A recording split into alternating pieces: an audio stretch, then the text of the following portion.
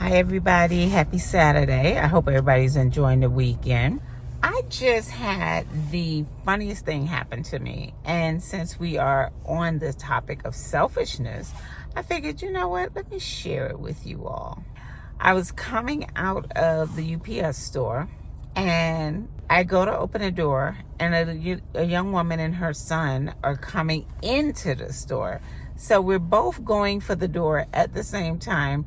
And then as she grabs it first, she's holding it. And then I'm telling her, no, you've got the package. I'll hold it on this side and you guys just come on in. So we're going back and forth about who's going to hold the door for who and who's going to go out first.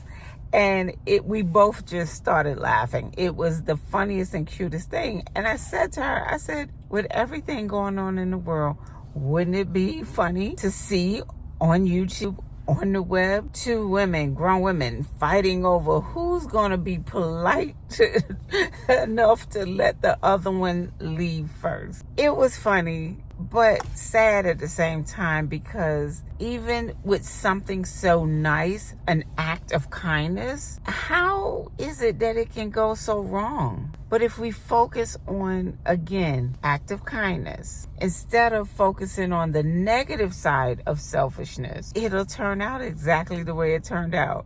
We both laughed. Her little son, God bless him, was in stitches. And he's like, Mommy, one of us has to go. So it was so cute. But I wanted to share that with you all because I think, unfortunately, we're living in times where we have forgotten the simplest things, like an act of kindness. So what if I held the door open for her?